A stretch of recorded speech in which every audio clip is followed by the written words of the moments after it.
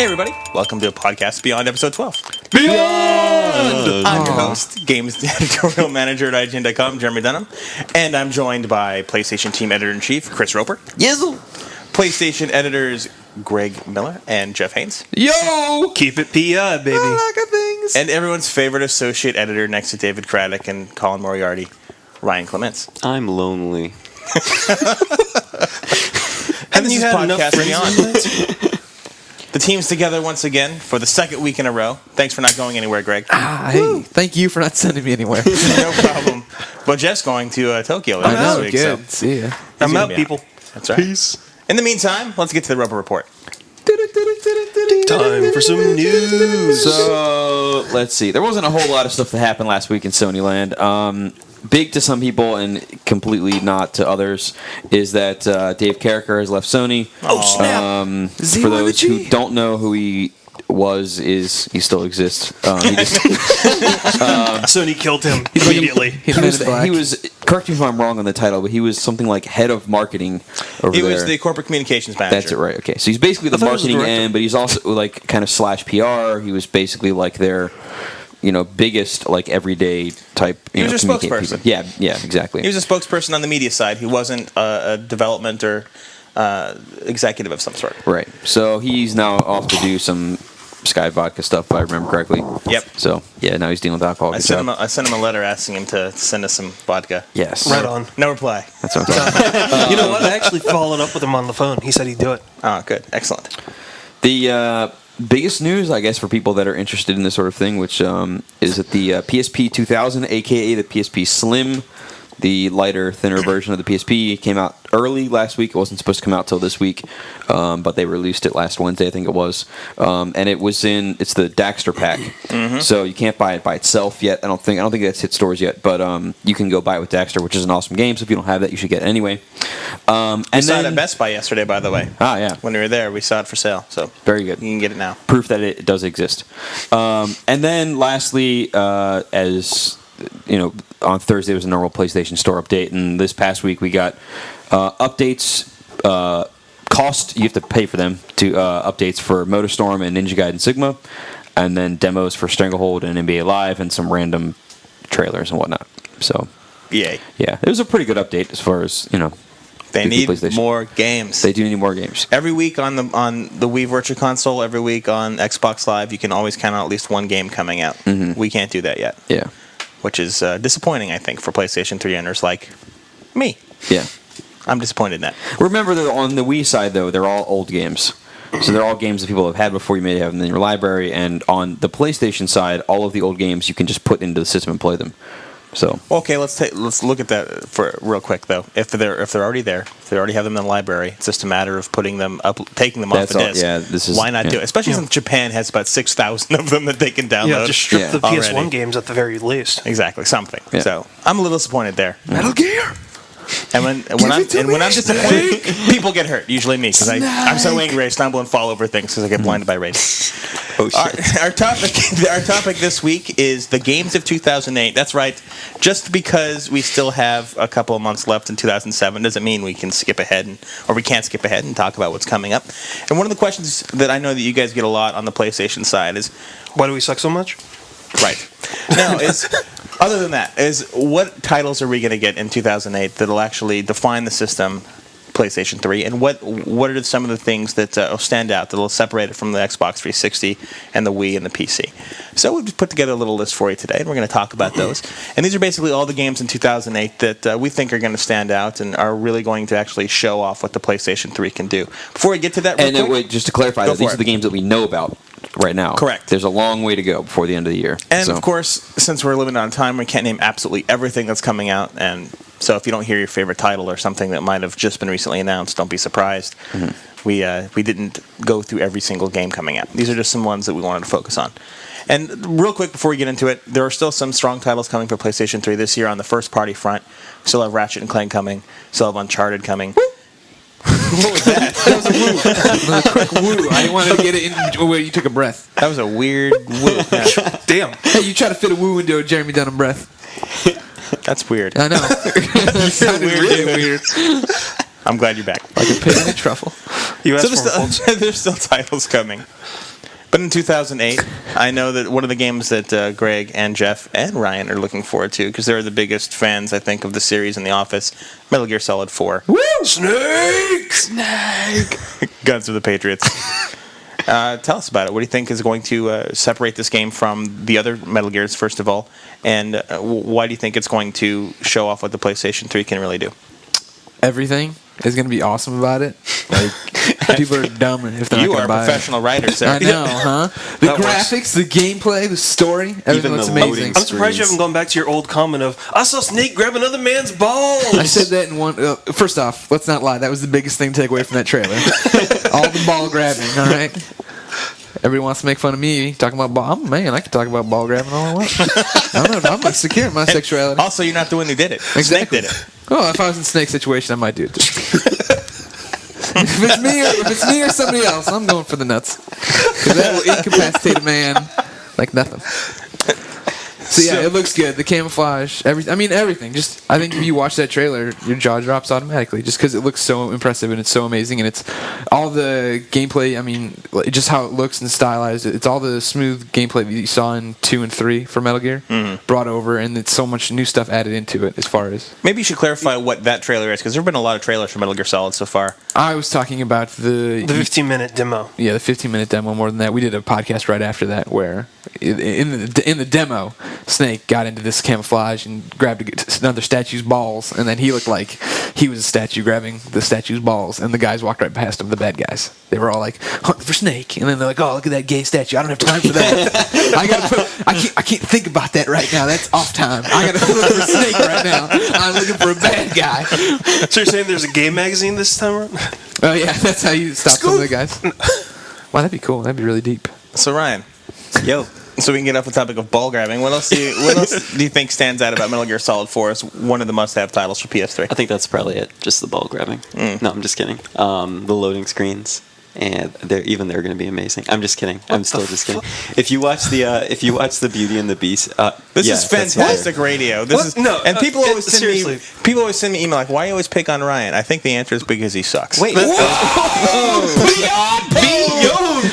You I are was just in the middle of actually giving a reason. Okay, go If you ahead. saw the Beauty and the Beast trailer, it's like those are like sweet bosses. Like that was awesome. So I'm really excited about that.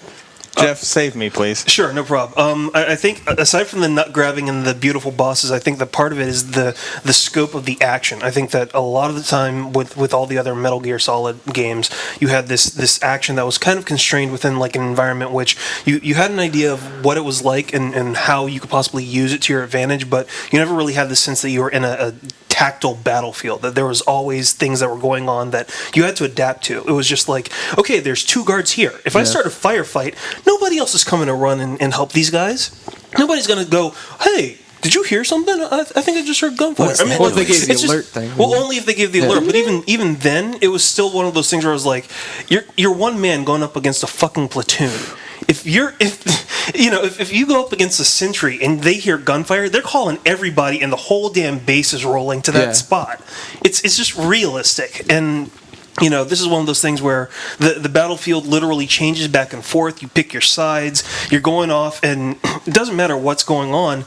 At any point in time, allegiances could switch, people can pop out from a different corner, and then you have to respond to it and figure out, like, am I going to stay on my own mission, help these people do something else? Will I get something out of it? Is there something that's going to help me later on down the road? So I think that the kind of ability to take advantage of the power of the PS3 and give you that actual battlefield sense with this legend of gaming, especially stealth gaming and action gaming, and you put them into that situation is probably going to be one thing that nobody is actually like expected, but they can't wait to actually play through. Plus Ryan's loading screens.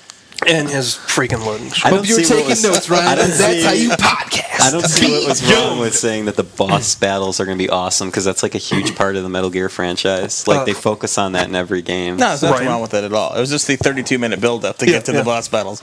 Except, Ryan, this is a public service announcement to let you know that you were Beyond, paid for by the Beyond Council. Yeah. Now, the game of the show for the PlayStation team at E3 this year was Killzone 2. Yes, it was. that's obviously one of the most anticipated games for your team and for our readers in general and listeners. What do you think about that title? It's going to separate it from something like Call of Duty 4 or any of the other first-person shooters out there that are really already kind of making their mark in the market right now? Well, to be clear, for my personal opinion on the game is that I'm not quite sold that it's going to be this amazing, when you first saw the original Call of Duty, that kind of thing. I don't know if it's going to be that kind of breakout title. I think its importance is that it is a technological showpiece for the system. It shows that the PS3 is capable of all of those original trailers that they had shown for all those games. Like MotorStorm came kind of close to what it was doing, but it was still off and whatever. And nobody thought they could hit the Killzone thing, and then they did. And I think that's where it's important. I think the game's going to be good, but I'm not quite sold that it's going to be amazing yet.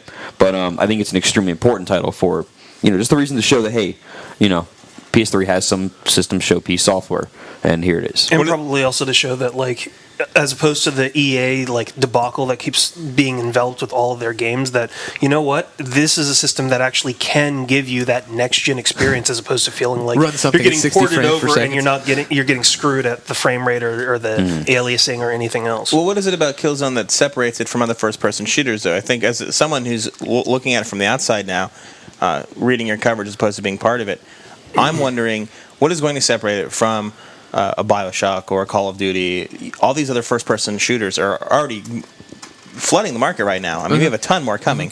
What is going to make it different? Just because it's a PS3 exclusive, is that really enough? What is it specifically about the gameplay that sets it apart? Well, I mean, you can kind of say the same thing about Halo 3, though. What does Halo 3 do that makes it so crazy, and nobody can really, people, Master Chief is whatever. It's Halo 2 gameplay with a new shield you drop on the ground. Same sort of thing. It's like, does the game get people excited for whatever reason it is? People love the universe. Does it offer something new? And in the case of the PS3, it offers like those visuals. And is that enough? Sure, for a lot of people will be. And it's enough to get them excited about the system, and it's enough to get them talking about it, enough to make them think that the system is worth their purchase, and that's where it's important is, I think.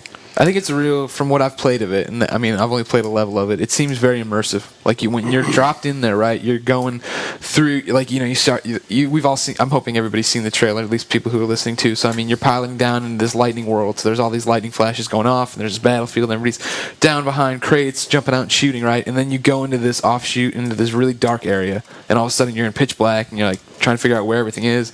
You come out, it's kind of murky. You're shooting stuff. You find a rocket launcher. I mean, there's so much going on, and it's not like when I play a World War II shooter or a first-person shooter from that era or whatever, it feels like I always know that I'm there. Everything always seems the same kind of level. Even when they change things around and the environments change and the textures change, I still know right where I am. I feel like, okay, I've seen this before. This is comfortable.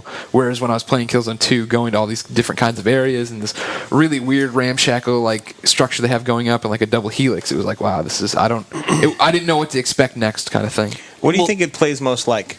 If you were to pigeonhole it into something that it's similar to, for people out there who might not have seen the trailer at all, or just curious about what it feels like. The thing about it is, it feels really new, but it feels really natural. Like, I mean, I'm not a huge first-person shooter fan. I've been burned out on the genre for a while.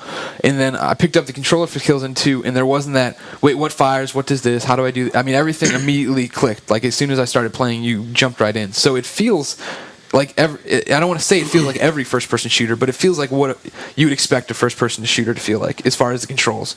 You know what I think part of it is that when the first Killzone came out on PS2, everybody was trying to basically put it up as a grudge match against Halo. Right. And it was one of those things where I was like, this is Sony's Halo killer, or this is like the answer to Halo. And I think that part of it with Killzone 2 is that everybody played Halo 2 and went, okay, yeah, but this is kind of what we expected out of Halo. And for like the PS3 evangelists or the fanboys that actually can go like, you know what, like you might have taken it with like Halo, maybe even Halo 2, but when Halo 3 comes out and Killzone 2 comes out, the grudge match is on. And then you can actually show what both systems can do and go, this is why this system is better for shooters, or this is what this system can do. And it seems like in some way they also wound up cutting out a lot of the stuff that didn't really work with the first Killzone, because now you don't have the multiple character perspective that you have to then figure out who the hell you're playing as at that particular level. You only have one character. You've got a few cameos by previous people from the earlier games in the PSP game that are coming in, but you actually have just this game that is almost like a showpiece where the line between a cutscene or an in-engine movie and the actual gameplay is really going to be blurred. So if you're flying through and you land or whatever else, it's going to be potentially really hard to figure out, okay, is this a cutscene? Am I supposed to do anything here? Am I not? Like, can I do anything here? And then all of a sudden you're in and you're like, oh shit, now I'm being fired on. And it's actually me being fired on as opposed to these people just being fired on and things blowing up around me. Rope, one of your most anticipated games of next year is Gran Turismo 5. Ooh, yes. We're going to get a taste of it later this year with Prologue, but Ooh, yes. Gran Turismo 5 is far and above one of the most interesting games, I think, of 2008, because they're taking a series that's been long established, has always been a certain type of title, and now they're really trying to make the most of it. They're moving it online, which is a big deal. Yeah. Tell us about it. Why is that going to stick out? Well, I mean, it's Gran Turismo. The series has sold something like 36 million copies or something crazy.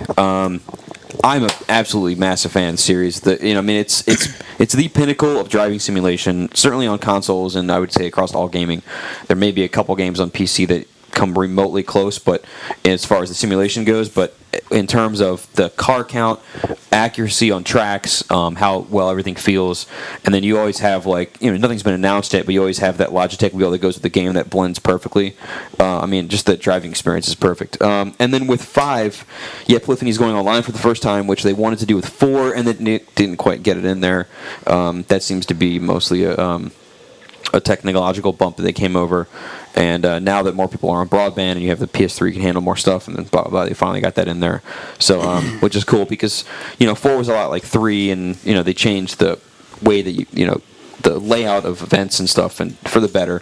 But 5 looks like a complete reinvention of basically how everything's put together. And you have you have My Page where your car's in there, and you have just crazy amounts of stuff. So I mean, They're modeling the insides of the cars now, too. There's an in-car cam. They basically have... there's still no damage from what they've said, and then it's possible that there could be an update in the future that would add damage, which I think sounds unlikely, but we'll see how that goes. Because that would change the way the entire game played, and I don't know if they would need modeling to come in, and I don't know. But anyway, aside from the damage, it's basically every other element of the game that they can push as far as they can. That's what they're doing. I don't know how they could, improve upon what they have promised for 5 damage going forward. Aside from damage, I don't know what else they could do. They're already going to have 16 people online. You're going to have some crazy amount of cars. Ferraris are in there now. It's going to be insane. So what about for the not so casual player, but the diehard car fans who are out there playing Forza? Mm-hmm. And when they look at the PlayStation 3 right now, obviously the 360 has the newer car games, the more realistic sims. Right. What's going to make Gran Turismo stand above something like Forza? Well, number one is you have Gran Turismo has way more cars. If you want to just own pretty much any car that's ever been made, you're probably going to need to do that in Gran Turismo. And number 2, Forza just was kind of... it was kind of dull, and it didn't have a whole lot of style. Gran Turismo just reeked style. The Polyphony guys know how to make the whole presentation of the game, the front end, all that kind of stuff it makes you feel like you're part of a racing game. And with Forza, you're just bumping through menus and you're like blah. And then in Gran Turismo, it's awesome style from left to right. Kazunori is not so much a game player as he's a car enthusiast. So he's trying to take a gaming system and make it into a car simulator. And that's a different approach than the Forza guys are doing. Forza does have that great car customization feature, though, which I think is fantastic. It does. Is Turismo 5 going to have anything similar to that? I don't think that they've mentioned anything about actually being able to paint your cars. We'll ask them next week or 2 weeks. Yeah, but they're gonna blow the game up a little bit at TGS, so we'll see what happens there. The stuff for Forza 2 is really cool. The livery system where you can paint your custom decals and such. But I expect the customization options of your actual tuning and stuff to be better in Gran Turismo. For those that aren't familiar with Polyphony's obsession with cars, they know cars. Yeah. I've been to their office in Japan. I've walked around their studio. They have guys that are so dedicated to working on the game that they actually have little sleeping capsules in the corner of the building, so that if they get too tired in the middle of programming, they go in there and they sleep and they come out and they continue programming again. And when you go to the top of their building, it's just nothing but rare cars. Super rare and expensive cars at the top. Something like 40 or 50 of them. Yeah, right. Like our parking lot. If you love Honda Civics and Priuses, IGN is the place to check out. Ryan, I know that one of the games that you're looking forward to, if not more than anything else, in 2008 is Little Big Planet. Yes. What is it That's about that game correct. you think that sticks out? I think it's just like the general charm, and I mean, we talked about it a lot before, and like I said, I unfortunately haven't been able to go hands-on with it yet. But when I first saw it at, I keep forgetting GDC. There it goes. When I first saw it, then like a year ago, like I knew that was going to be the title that would make me like feel like super proud to have the PS3. Like, you know what I mean? So it's because like back then I knew, and it's still been like looking up to be just like fantastic. Like just like the animation, it's just kind of kooky, and like I think the thing that sold me on it is when the guy got on top of a wheel, and like it was all physics based, and like he started running on top of the wheel, and the wheel like spun underneath him, and the other guy just started like shooting like little flowers on the wheel, and it like decorated the wheels. It spun around. Like that's just really good programming. Like you could just like come up with like weird stuff like that. It's like just a one giant science experiment. Are you going to make your own level and put it on the IGN server and say, hey, download this? Totally gonna do that, and make it just all flowery and awesome. Be honest, you're going to design a load screen I level, can't wait aren't for you? the bored kids to have a field day with that. Yeah, You're going to make a load screen level, aren't you? yeah, it's just a big load screen. How about the rest of you guys? What are you thinking about Little Big Planet? I'm really digging the fact that it's made for custom user content. Yeah. I think that's awesome. I mean, we were just talking about Forza 2 had the whole livery system where you're livery, however the hell you say that. Anyway, where you know you're painting cars. You look on some message boards where people were trading this stuff, and they were spending tens or hundreds of hours like creating these crazy decals, stuff that. Like you would look at the system that you're allowed to use, and here I'm still talking about Forza 2, but you have blocks you can use, circles, and whatever else, and people were creating like pictures of people's faces that looked realistic and all this kind of stuff. They're basically taking the tools times 100 what you thought you could do with them, and that same thing's going to happen with Little Big Planet. You're going to get these tools that already look like you can do anything you want, and then you have people go in there and just like. People are trading ideas. You know, right now you say you have 100 people testing the game or just trying stuff out, and once it's to 1 million, those people are going to find stuff that nobody ever thought was possible. They're going to recreate Super Mario Brothers inside of Little Big Planet, recreate Metroid. People are going to create like the first level of Halo from like a side-scrolling thing, and then it's just going to be just all kinds of stuff that. Nobody, I don't think, can fathom yet until people get their hands on it. I think that's like the awesome part of the game. One of our listeners a few weeks back asked Dylan when he was on the show if Incog was going to do any custom levels. I think that'd be a great way for a lot of developers to take a couple hours and sit down and actually just do something kind of fun for the fans. I think that's also a nice little way that they can introduce new content from their own personalities and their own teams to say, look at this quick Little Big Planet level that we've done for you.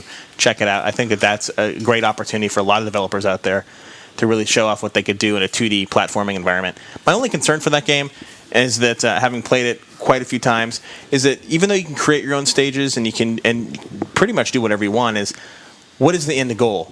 I mean, if you can create as many levels as you want, but if you're just playing through a level you've already created, is that as fun as actually having set goals and set pieces? Because I like to accomplish things. But that's the thing, though, is people, once they get their hands on it, they're going to start creating goals and stuff that you can't. Somebody will create a basketball game in there, and all of a sudden you'll be able to download the game and play basketball inside of Little Big Planet. And then the accomplishment is going to be for the people who build these levels and put them up, and then want to see them ranked up high. Want to have. Right. I mean, that'll be something around here. Hey, did you see? Hillary's got a level here, blah blah, or something like that. Called whatever, dude. Yeah, whatever, dude. It's just him giving a finger to PlayStation 3 games. Yeah, I mean, you can create goals within the level, like by like creating this impossibly like long or high tower or something, and having it be like so precarious that it's literally almost impossible to get to the top. And then for anyone who can get to the top, what I'm getting at though is that the game it's not going to be long where it's just from start to finish. There's going to be people add more stuff in there, like basketball game, like I mentioned. Somebody might create a racing game out of it. Maybe somehow change the side-scrolling thing, mess with it, and to get it to basically simulate like a top-down racer, and all of a sudden you're playing like a slot car game on it. Yeah, I agree. I think that's the most appealing thing is just finding out what that game's limits really are. Yeah, the only thing that I do wonder about it is, with the exception of like the user-created content, which obviously will take time, because like even if you get it the very first day and you start messing around with each level, you're not necessarily going to make a stellar like level. It's going to take you at least a few days, if not a week or more, just to get the ins and outs of, okay, I do this, I place this here or whatever. So I really wonder what the kind of single player, maybe even offline section of the games is going to be like, because we hear a lot about the user created content and everything else, but you don't really have an idea of like what it's like when you're not doing anything with newly customized content or something that's fresh and new. So it makes you kind of wonder what exactly is there. I think they're going to just basically say, well, if you're not playing online, then you're not going to get it anyway. So Pwned. I mean, that's honestly the approach that I would take, because it's like, why would you put extra development time into helping somebody that's going to be playing by themselves when the entire purpose of the game is to get user-created content and share that and try other people's stuff? Well, right, but I mean, like, considering that there's, like, I think with GDC and the Gamers Day and some of the other stuff, like, it seems like depending upon whatever you have within a level, the objects or the elements that you wind up getting are radically different. So the only thing that I'm wondering is, before you even get to this wealth of user-created content, is there going to be one of those things where there's a tutorial? Maybe there's even a situation where you have an idea of what the hell these Little Big Planet figures are and why they're trying to do whatever. I mean, like... Sackboy, Sackman, Sackgirl. Like, you know, there's just a couple questions that I have with it. I mean, it could be fine if it's a multiplayer-only experience like Warhawk, and if it is, then cool. That I have no problem with that. But there's just so many other questions that I have as to, is there a single-player thing? Is there some kind of a goal thing? Is there something else or not? Another game that is actually really on the fence about recommending for 2008, because Sony hasn't really been clear as to when it's coming out, into this year, beginning of next, but we're just going to assume based on the silence that it's going to be next year, is SOCOM. Chris, you've been following that one. Tell us about it. Well, there's not much to follow so far. Awesome. I mean, basically, everything that we know of the game was shown at the Sony's Gamers Day back in, what was that? May, yeah. When E3 was supposed to have been, stupid E3. But basically it was just a trailer and they announced some stuff like, the game's going to be available on PlayStation Network download, same thing as Warhawk. And have X number of players online, blah blah blah. Same thing as always. Looks fun. It looks, it looks good. It looks like a, next gen version of SOCOM. It looks really clean. And, there's going to be some really cool customization stuff in there where you can customize your players and you can create clans and have all that kind of stuff going. And team leaders can create their own sort of like uniform, and then people that join the clan will have that, and they can customize little tiny bits and put on new badges and stuff so they stand out. So, they're obviously spending a lot of time working towards community features, what they've always done. And it seems sort of like, the SOCOM games basically pushed as much as you could do with the PlayStation 2 online as you could. And so I'm waiting to see just how far they can take 3, because SOCOM, some people loved it, some people hated it, but you can't deny that it was the most full-featured online product available for the PlayStation 2 and the PSP for that matter. And so now that they're given the reins on the PS3 to just go crazy, like, I can't wait to see what they do there. What I like about what I've seen so far is it looks like there's a lot of opportunity for ambushes and a real tactical gameplay, as opposed to just I know it's always had a tactical element, but now it looks like it's reaching that Rainbow Six level of subtlety where you can really do a lot with it, and smart cover is going to have a lot to do with how well you do, not so much cheating on the surface. That's one thing that always drove me nuts about playing that series, is I always wanted to play it at length, but after the first 2 weeks, you always had that group of people that figured out how to be invincible or how to shoot through buildings, and the fun was over. Luckily, with PS3's infrastructure, that's not a problem anymore. So, well, we hope it's not a problem. Well, so far it hasn't been a problem. Yeah, and from what we hear, it's not going to be a problem. So, there's still people that are exploiting Warhawk like a freaking fiend. Their flag exploits, there's territory cover exploits. There's a couple of things. Yeah, but those are flaws in the design of the game and not in the network where people are like hacking in weapons and stuff they shouldn't have been. Right, that's exactly what they used to do. It's a little bit different than that. Yeah. And then finally, well, not really finally, but the last game we're going to talk about is a game we don't really know that much about, but based on the trailer alone and the development pedigree that they've got going, is Infamous, which looks like a lot of fun. It's basically like Second Sight meets Crackdown, is how it looks to me. What do you think? I love that trailer. Because we here in the office knew that Sucker Punch was working on some game that wasn't Sly Cooper, and I was like, okay, well, they're gonna be making some sort of cartoon game, and it's gonna look pretty cool, and whatever else, it'll be some sort of been sitting on that secret for a year, and then it's something totally different. And I was like, hell yeah, that trailer looks awesome. So I'm completely psyched for it. It looks very much like Prototype, which is Sierra Vivendi or whatever they're called now. It looks like their game, very very similarly, but different as well. Not to be confused with the old Ultraverse comic Prototype. Yeah. By the way, I like Prototype. I didn't What do like you mean? Prototype. What are you, crazy? I am. Oh, that's true. You're more of a hard. Let's get it on. You're more of a hard case man. I like Or grabbing you nuts. didn't read Ultraverse. You didn't even know what you're talking about. I didn't like Prototype, though. I know that much. Great face. Told him. But, So out of all of these, let's hit you up real quick. Out of all the games we've talked about, Greg, which Metal one Gear. stands out most for you? Metal Gear. Yeah. Chris? Gran Turismo. Ryan? Little Big. Jeff? Metal Gear. For me, it's Killzone. I've been taken in by the first-person shooter genre as of late, more than I have in past years. Really interested to see where it goes. I love games that tell stories, a la BioShock. But that doesn't mean that doesn't mean that there aren't more games coming either. Keep in mind that there are still games that are on the fence, like Final Fantasy 13. Hopefully, it'll be done in 2008, but we've heard mixed reports that it could be as far out as 2009. So we're really not sure about speaking on that one yet. Then you have all those first-party games like The Getaway and 8 Days, and we saw Echo Chrome at E3, which looks really interesting. Basically, Crush 2 in a lot of ways. And then of course, you have the big mysterious Africa, which everyone's been waiting for Hell a yeah, long Africa. time. Fuck. I actually want to play that game really bad. I want to see I where totally that game's wanna play in. that game. And then don't forget yeah. about all the cross-platform titles like Burnout Paradise and Grand Theft Auto 4 can't be forgotten there. That game's huge.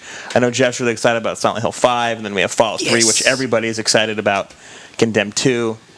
List goes on. So I think it's going to be a good year in 2008. Yep. Yay. Time for some reader mail. Milk New one. You're totally taken aback for a I was second. Like, wait, I is it my don't- turn? I'm supposed to say something here. Didn't know Jack wants to know if we have any idea when Everyday Shooter is going to be released.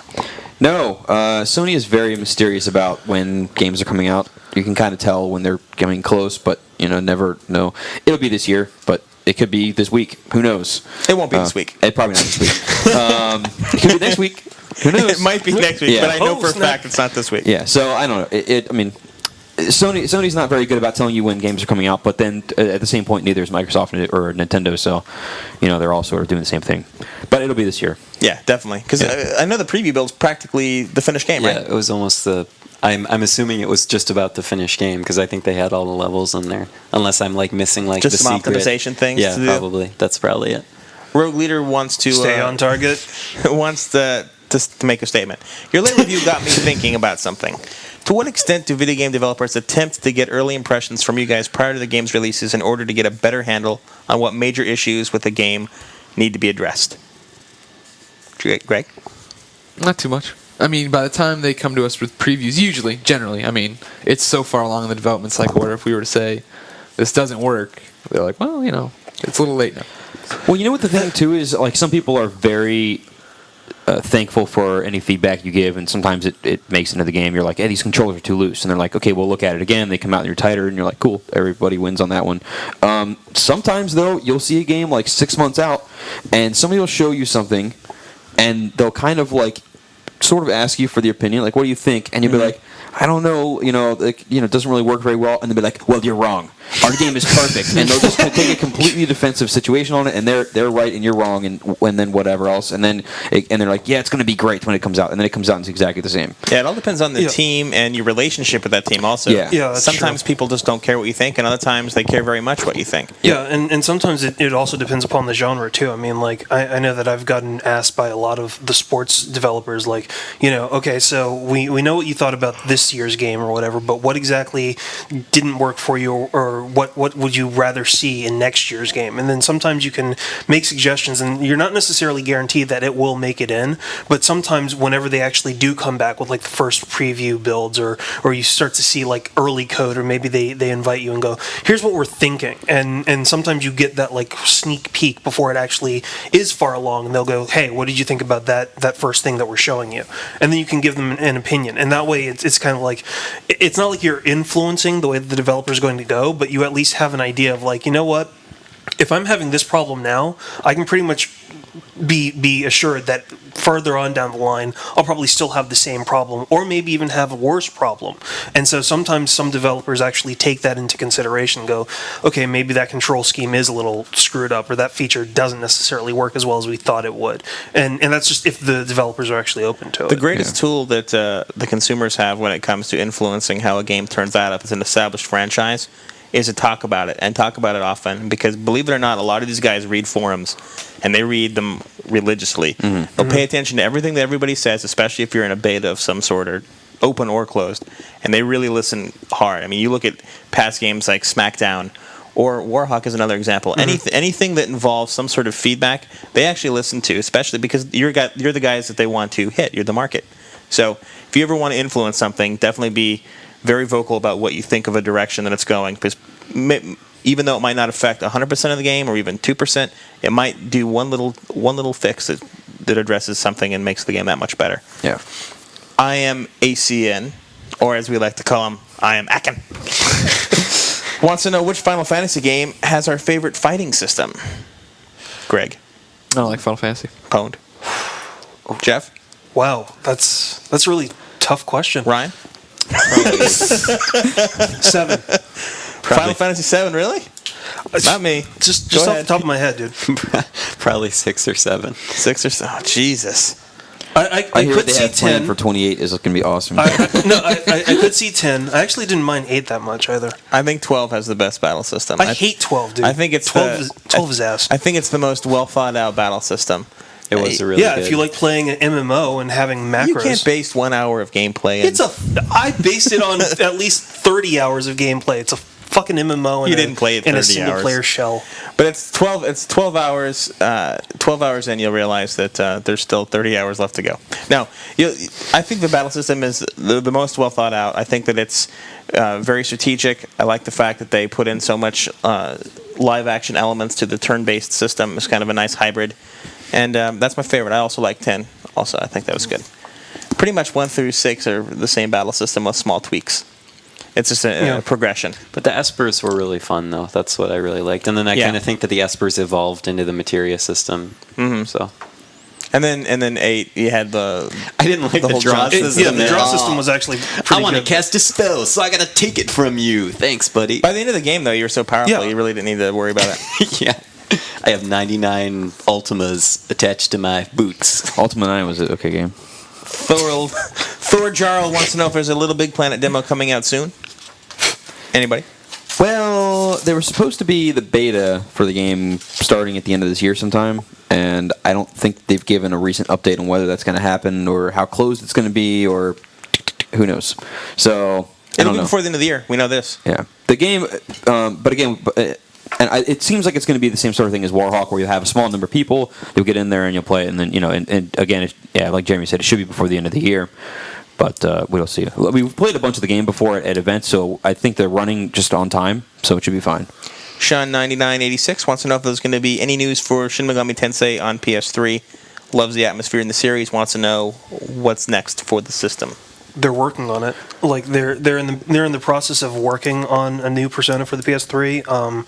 I mean, even talking to the guys at Atlas, they're trying to figure out exactly when they're going to bring the information on the game to us. I wouldn't be surprised if you said the next week at TGS. Actually, they weren't thinking about doing TGS. They were thinking about doing it a little bit later this year because they knew that everything was going to be coming out at TGS and they might get lost in the shuffle.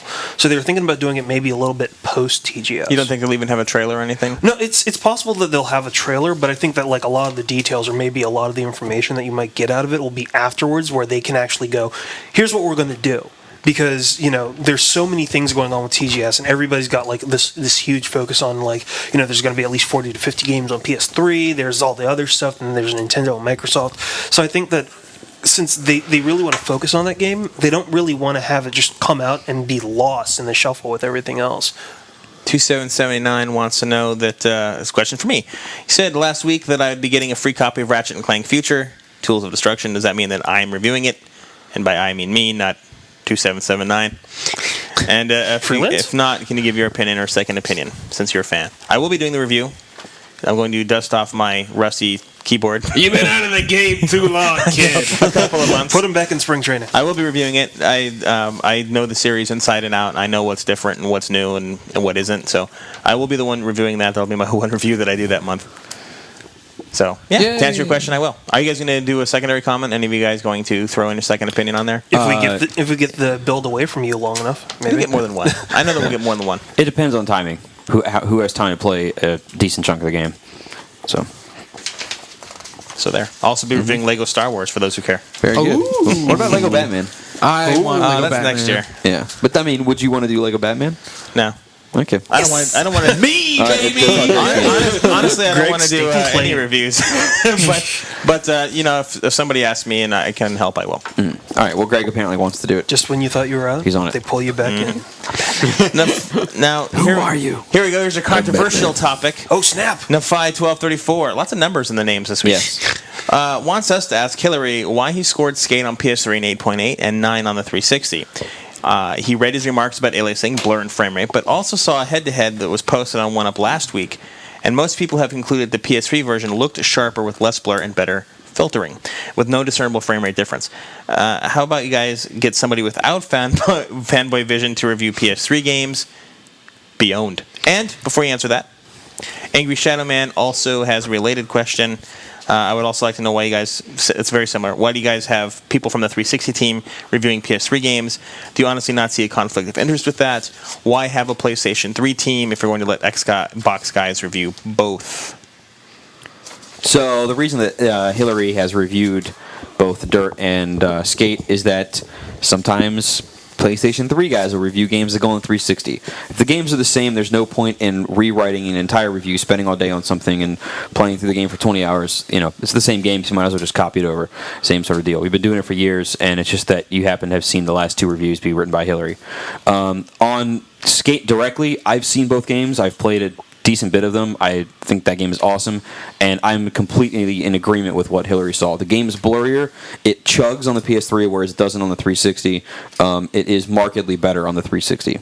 The gameplay content's the same, online works the same, blah, blah, blah, all that kind of stuff is exactly the same, but it does not look or run as well. And one thing to remember about head-to-head videos, whether it's from another site or our own, the footage shown is the footage from that particular area. That's not indicative of the entire experience. Yeah. So just because the footage that you've seen might not reflect someone else's our opinion of the game doesn't mean that there are other parts of the game that don't. So, yeah, and as far as I can address the team system a little bit more detail. Between all of our teams, which we have about 6 total teams here in the IGN, PlayStation, Xbox, Nintendo, wireless, PC, and then we have a bunch of supplementary support teams. Between all of those teams, there's over 1,000 products to cover every year. And logistically, it doesn't make any sense. There's just not enough time in the day to say that 3 or 4 guys can cover all 162 releases that comes out on the PlayStation 3 this year. It's just not possible. Just like you can't look at the Xbox guys and say, you 3 guys are going to cover all 205 Xbox 360 games that come out this year. So in the best interest of the game and our team and making sure that everything is done properly and on time, we delegate based on game, not necessarily the platform. So if we have an expert at racing games, which Chris Roper is, for example, who knows just about every racing game out there, has played them for years, knows them inside and out, we're going to have him focus on a racing title. The reason we separate the team is so that it's really based on previews and knowing the market. The whole point of a team is so that we're focusing on that market, and the PlayStation guys know PlayStation well. They know what they want to see, and that's what they do their coverage on. At the same time, just because they do that, it doesn't make them any more qualified or less qualified to review a game coming out on that system. We're all professionals. You need to be able to trust a professional's opinion regardless of what he works on. And just about everybody here plays games for all systems, so except for Ryan, who's a PS3 fanboy. What? Are you serious? No. But you just be-owned yourself, I just like watching you react because every time we throw something, you're like, what did I do? Well, that one you just sounded dead serious. So No. I was like, oh no. Dead serious. No, Yeah. except for Ryan, who's a PS3 fanboy. Speaking of Ryan, Renderman is a big fan of yours, and he you. thinks that you should have your own segment on the show where he can openly tell you, where he can openly tell us about your week. Your adventures with people making fun of you, and this is what it says. And you're constant apologizing and thanking. Do you know this man personally? True. No, I don't think so. Anyway. Ryan is awesome. in a real-life battle royale, he'd kill you instantly and then say something witty. That's incorrect. He'd probably kill us all by accident and then apologize for 2 weeks. That's probably what would really happen. But that's just a statement from Render Man. Do you want your own segment? I mean, I don't think anybody else wants that, so that's totally fine. I kind of would. We all leave the room and you just record 5 minutes by yourself. By himself. I'm sorry, I don't know where to start. I just really apologize for this, but How do I click the button to turn it on? Which microphone is mine? Guys, Oh, look, I'm really sorry if my levels are too loud. I I'm know. just, it's been a tough day. so that's Ryan's segment for this week. Wedge1082 has a question for Greg. Who cuts your hair, man? Currently, no one. It's very long, and I need to get a haircut. But I did go to this Hippie. barber. I did go to the barber the past 2 times in South San Francisco. But then my fiance Katie demanded that I stop because when she was here a couple times ago, she found a long piece of hair in the back that was not cut. Hey, speaking of Katie, she was here last week. She You guys were was. apartment hunting. Yes, How goes the search? it's all right. We've narrowed it down to think Burlingame. Nice. Yeah. For those of you who don't know, Greg is getting married next month. I am. And so now he's getting ready to buy the big apartment. I guess you can't really buy a house here unless you're a millionaire. I can't even buy a big apartment. big, man. We're in San Francisco. Yeah. So yeah, it's stressful. So if you have any landlords in the San Francisco Bay Area who There you go. allow dogs, right? Yes, you have I a small a dog. wiener dog. He's smaller than a cat, as I tell most people on Craigslist. Yeah. Looking for a place to live. Send him an email. Willing to pay $100 a month. Yes. Send him an email. Let him know if you've got a spot Or available. video games. And then here's this last one from someone who's actually named me in his email. Well, he's one of the cowards. A lot of fans out there like to be cowards and write in scathing emails and then put fake email addresses and not real names, as if we'd actually hunt them down. It says, I IG, might. please re-review Lair. It was much better than you gave it credit for. Perhaps a re-review is required after the latest firmware update, or otherwise just a bit more time spent on learning the controls of this new and unique way of controlling the flight, which of course will take some getting used to. And besides, junking the game just because the reviewer didn't like the control system is very amateurish, and I would expect more from a professional game reviewer and IGN. You are Tobias, Greg. I am Tobias. No, I will not re-review Lair. And it's not. I didn't fault it because I didn't like the controls. I faulted it because the controls don't work. When they don't move your character, that's not. Oh, this isn't my cup of tea. Yeah, we don't re-review games unless there's some absolutely incredible factual error somewhere, either with the game or perhaps we had the wrong build. It's only happened a few times in our entire 10-year history, so in that case, not going to happen. I've played a little bit. I have the game. I agree with you. Thank you. I think people that don't agree with you, that's fine. That's their opinion. Yeah. But this is our opinion, and our opinion stays. So you're wrong. Pick of the week time. Pick of the week. Pick of the week.